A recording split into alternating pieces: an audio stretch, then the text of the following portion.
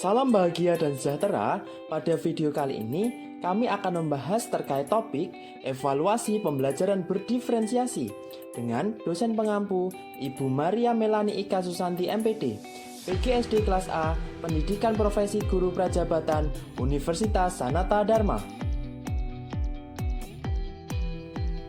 Video ini disusun oleh yang pertama Ardian Retno Anggraini, yang kedua Arif Irawan, yang ketiga Dani Singgih Pratama, keempat Darmawan, yang kelima Eka Marwati, keenam Hizkia Dewa Agung, yang ketujuh Medita Santika Ratri, yang kedelapan Pratiwi Puji Astuti, kesembilan Rizal Fauzi, yang kesepuluh Sayyid Rusdi, yang terakhir Verla Anida Sabila. Menurut Anda, mengapa evaluasi dalam proses pembelajaran itu penting dilaksanakan? Keberadaan evaluasi dalam pembelajaran sangat diperlukan karena dengan melakukan evaluasi, kita dapat mengetahui apakah pembelajaran yang kita lakukan sudah baik dan sudah sesuai dengan tujuan yang hendak dicapai.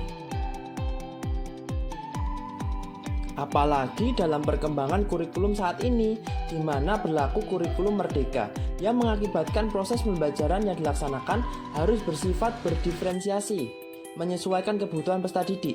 Tentunya, evaluasi sangatlah diperlukan untuk mengetahui keberhasilan guru dalam menciptakan pembelajaran berdiferensiasi untuk peserta didik di dalam kelas. Untuk lebih jelasnya, berikut ini contoh evaluasi pembelajaran berdiferensiasi yang dapat dilakukan oleh guru, pengamat, maupun siswa dengan mengisi penilaian melalui instrumen yang telah disediakan untuk mengetahui keberhasilan pelaksanaan pembelajaran dari berbagai pandangan. Tahap evaluasi dari pembelajaran berdiferensiasi terdiri dari 5 hal yang dapat diobservasi, meliputi konten, proses, produk, dan lingkungan belajar anak, di mana masing-masing setiap aspek terdapat beberapa komponen indikator. Komponen evaluasi kemampuan anak meliputi yang pertama, kesiapan belajar, yang kedua, minat belajar, yang ketiga, kemampuan belajar, yang keempat, modalitas belajar.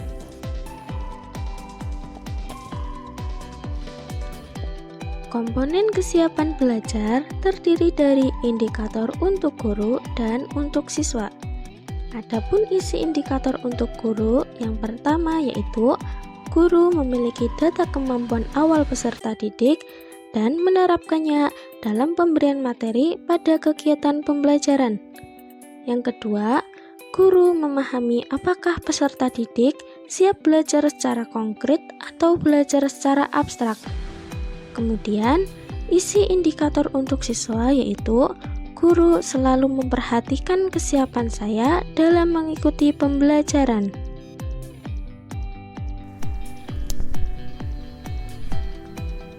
Minat belajar untuk guru.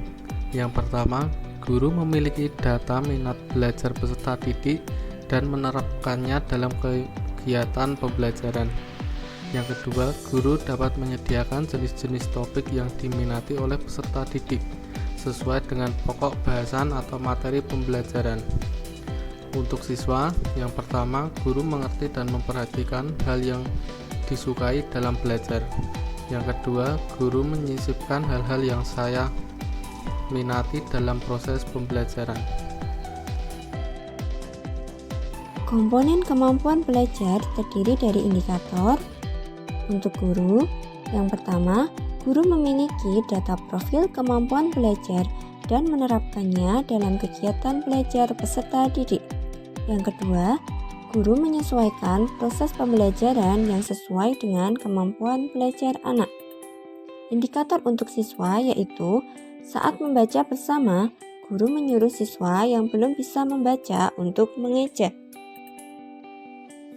Komponen modalitas belajar terdiri dari indikator.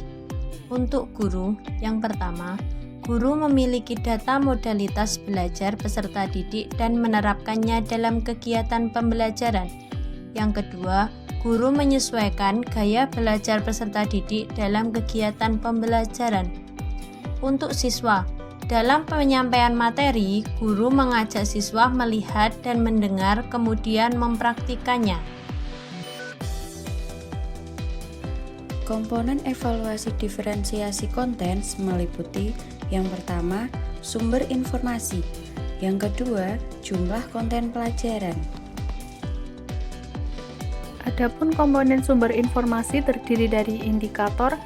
Yang pertama, guru menggunakan keragaman sumber informasi berupa buku teks, internet, audio, visual, dan media massa.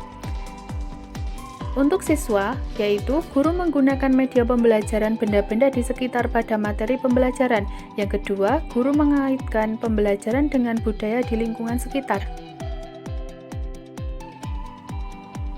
Komponen jumlah konten pembelajaran terdiri dari beberapa indikator. Yang pertama untuk guru, yaitu jumlah konten atau materi pembelajaran disesuaikan untuk masing-masing peserta didik. Kemudian untuk siswa, guru memperhatikan banyaknya materi yang hendak disampaikan kepada siswa. Komponen evaluasi diferensiasi proses meliputi 1. Instruksi atau penugasan, 2. Strategi pembelajaran, 3. Pengelompokan, 4. Aktivitas belajar. Komponen instruksi penugasan terdiri dari indikator untuk guru. Yang pertama, keragaman instruksi atau penugasan disesuaikan dengan profil belajar peserta didik. Yang kedua, kesepakatan penugasan dalam proses pembelajaran. Yang ketiga, memvariasikan lama waktu untuk mengerjakan tugas. Sedangkan untuk siswa, yang pertama, guru menawarkan tugas yang diberikan kepada siswa. Yang kedua, guru menawarkan lama tugas yang dikerjakan kepada siswa. Komponen strategi pembelajaran terdiri dari indikator untuk guru dan untuk siswa. Adapun isi indikator untuk guru yang pertama yaitu keragaman strategi pembelajaran disesuaikan dengan profil belajar peserta didik. Yang kedua, menyediakan pertanyaan pemantik untuk mendorong siswa mengeksplorasi berbagai materi yang sedang dipelajari, menarik minat siswa. Kemudian, isi indikator untuk siswa yaitu guru memberikan pertanyaan mengenai materi yang akan dipelajari. Pengelompokan untuk guru. Pertama, menggunakan pengelompokan yang fleksibel sesuai dengan kesiapan, kemampuan, dan minat peserta didik. Pengelompokan untuk siswa. Saat pembelajaran, guru membagi kelompok belajar heterogen berdasarkan kemampuan siswa, supaya siswa yang belum bisa membaca dapat mengikuti pembelajaran. Komponen aktivitas pembelajaran terdiri dari indikator untuk guru. Yang pertama, keragaman aktivitas pembelajaran disesuaikan dengan profil belajar peserta didik. Yang kedua, mengembangkan kegiatan bervariasi untuk mengakomodasi gaya belajar. Indikator untuk siswa yaitu kegiatan pembelajaran yang dilakukan guru menyenangkan. Komponen evaluasi diferensiasi produk meliputi yang pertama, pemilihan produk, yang kedua, penilaian hasil. Adapun komponen pemilihan produk terdiri dari indikator. Yang pertama untuk guru memberikan ragam atau pilihan tugas kepada peserta didik. Selanjutnya untuk siswa, yang pertama, siswa menyepakati tugas yang diberikan guru sebelum pembelajaran berakhir. Yang kedua, guru selalu membebaskan siswa membuat produk sesuai kemampuannya. Komponen penilaian hasil produk terdiri dari indikator untuk guru. Bentuk penilaian tergantung dari masing-masing produk peserta didik. Untuk siswa, dalam pembelajaran, siswa dilibatkan dalam menilai karya teman maupun karyanya sendiri. Komponen evaluasi diferensiasi lingkungan belajar meliputi yang pertama, tata letak ruang kelas, yang kedua, pencahayaan, yang ketiga, suhu ruangan, yang keempat, kebersihan. Komponen tata letak ruang kelas terdiri dari dua indikator.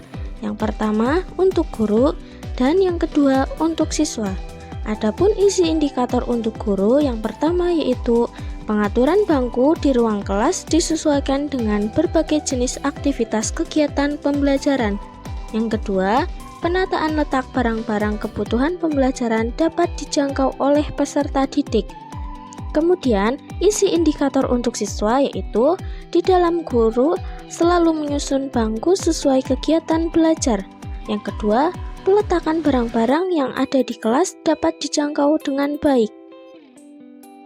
Komponen pencahayaan terdiri dari 2 indikator. Yang pertama untuk guru, pencahayaan ruang kelas yang memadai. Yang kedua untuk siswa, guru menghidupkan lampu ketika suasana gelap atau mendung. Komponen suhu ruangan terdiri dari indikator untuk guru yaitu suhu ruangan kelas nyaman untuk belajar. Indikator untuk siswa yang pertama, guru mengatur sirkulasi udara dengan membuka jendela. Yang kedua, saat cuaca panas, guru memperhatikan kondisi kelas dengan menghidupkan kipas angin. Komponen kebersihan ruangan terdiri dari indikator untuk guru. Yang pertama, memantau jadwal piket kelas berjalan dengan tertib untuk menciptakan kelas yang bersih. Kedua, menyediakan tempat sampah di dekat ruang kelas. Untuk siswa, yang pertama, guru memantau kebersihan ruang kelas agar pembelajaran nyaman. Yang kedua, tersedianya tempat sampah di samping ruangan. Sekian video ini kami sampaikan. Pesan dari kami, pembelajaran berdiferensiasi terwujud, kebutuhan belajar anak terpenuhi. Terima kasih.